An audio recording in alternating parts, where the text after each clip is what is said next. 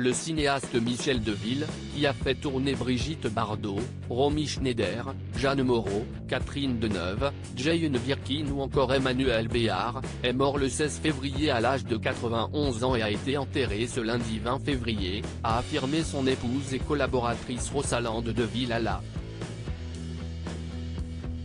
Nous ne l'annonçons seulement aujourd'hui car nous avons souhaité nous recueillir dans l'intimité familiale et Michel détestait les cérémonies, a-t-elle précisé à l'agence France Presse.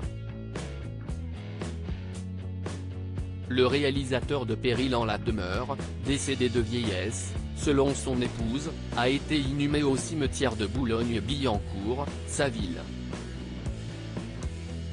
S'il a fait jouer, entre autres, des acteurs de la trempe de Michel Piccoli, Jacques Dutronc ou Jean-Louis Trintignant, il prétendait ne pas aimer la compagnie des hommes. Metteur en scène qui a sublimé les plus grandes comédiennes, il avait ainsi tourné avec Emmanuel Béard dans Un fil à la patte en 2005, adaptation de Feydeau à laquelle Charles Berling a participé et qui sera son ultime long métrage. L'actrice lui a rendu hommage en story sur Instagram en publiant une photo de lui en noir et blanc avec la légende suivante : « Cher Michel, au revoir ».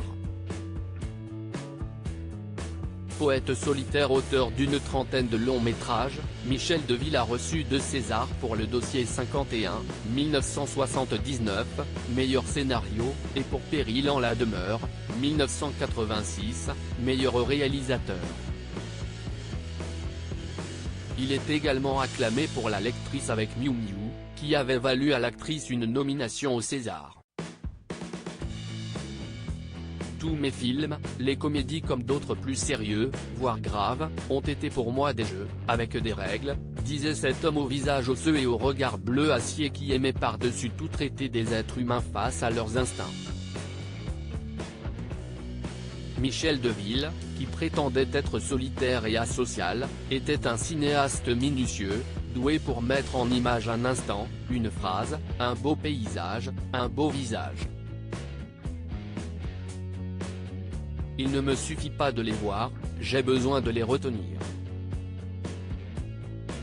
Je les consigne dans mes carnets, expliquait-il d'après la. À partir des années 80, c'est son épouse Rosalande qui écrit et produit ses films. Elle écrit ce que je rêve de voir au cinéma, disait cet artiste inclassable qui ne veut pas d'enfant.